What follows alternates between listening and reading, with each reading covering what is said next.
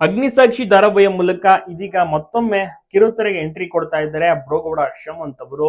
ಹೌದು, ಈ ಧಾರಾವಾಹಿ ಈಗ ಸ್ಟಾರ್ಟ್ ಆಗ್ತಾ ಇದೆ. ಹಳೆಯ ಒಂದು ಶೀರ್ಷಿಕೆಯಲ್ಲಿ ಈಗ ಧಾರಾವಾಹಿ ಸಹ ಬರ್ತಾ ಇರುವಂತದ್ದು, ಆದ್ರೆ ಹೊಸ ರೀತಿಯಲ್ಲಿ ಬರ್ತಾ ಇದೆ. ಅಗ್ನಿ ಅಂತ ಈಗ ಬ್ರೋಗೌಡ ಪಾತ್ರವನ್ನು ನಿಭಾಯಿಸ್ತಾ ಇದ್ದಾರೆ. ಇನ್ನ ಹೊಸ ನಟಿ ಸಾಕ್ಷಿ ಪಾತ್ರವನ್ನ ಮಾಡ್ತಾ ಇದ್ದಾರೆ.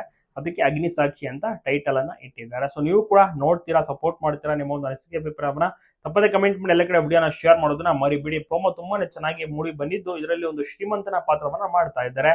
ಬಿಗ್ ಬಾಸ್ ಹಾಗೂ ಭಾಗ್ಯಲಕ್ಷ್ಮಿ ಲಕ್ಷ್ಮೀವರಮ್ಮ ಧಾರಾವಾಹಿಯ ಮೂಲಕ ಫೇಮಸ್ ಆಗಿದ್ರು ಬ್ರೋಗೌಡ ಅವರು. 1 ವರ್ಷ ಗ್ಯಾಪ್ ಬಳಿಕ ಈಗ ಮತ್ತೊಮ್ಮೆ ಕಿರುತೆರೆಗೆ ಎಂಟ್ರಿ ಕೊಟ್ಟು ಹೀರೋ ಆಗಿ ಸೆಲೆಕ್ಟ್ ಆಗಿ ಕಾಣಿಸ್ಕೊತಾ ಇದ್ದಾರೆ. ಶೂಟಿಂಗ್ ಕೂಡ ಸ್ಟಾರ್ಟ್ ಆಗಿದೆ. ಪ್ರತಿ ದಿವಸ ಶೂಟಿಂಗ್ ನಲ್ಲಿ ಮಿಂಚ್ತಾ ಇದ್ದಾರೆ. ಸೊ ಎಲ್ಲರೂ ಕೂಡ ನೋಡಿ ಖುಷಿ ಪಡ್ತಾ ಇದ್ದಾರೆ.